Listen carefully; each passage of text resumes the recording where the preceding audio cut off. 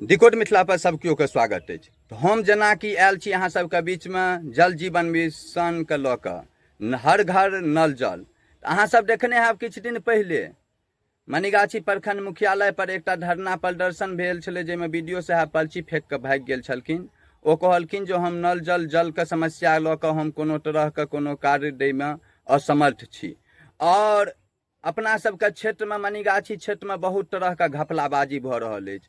जेना कि घपलाबाजी के शुरुआत एना होइए, प्रधानमंत्री आवास योजना हमरा लगैए जे 90% के 5,000 के कोनो बाते नहीं, 10,000 15,000 20,000 रुपैआ से कम में नहीं फरियाय छै।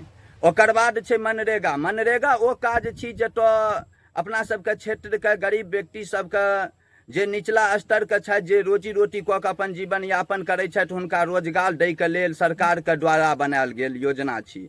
लेकिन मनरेगा के हमरा लगैए जे 100%, लेकिन 100% नहीं, 95% बुझियो जे जेसीबी से कार्य होइए।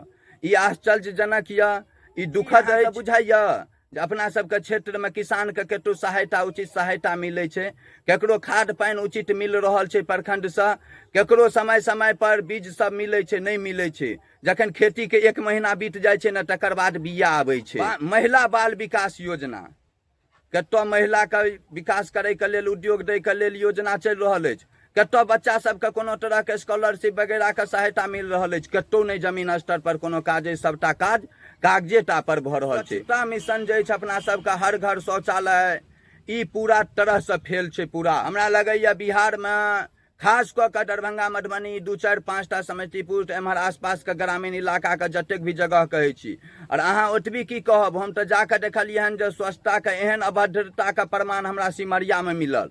गंगा जी के बीच में लोग सब अस्वस्थ ओहिठाम के माहौल के गंदगी फैला रहल छै। तो हमरा तो बड़ आश्चर्य लागल। और स्वच्छता के लऽ कऽ कोनो भी गाम में अहाँ मनीगाछी प्रखंड के नहीं होइए तो हमरे पंचायत आबि जाओ, चनौर पंचायत के अहाँ साँझ के निकल के देखबे, साँझ के नहीं तो अहाँ देखबे रोड पर सड़क के किनारे की दुर्दशा रहे छै, जाय के स्थिति नहीं रहे छै।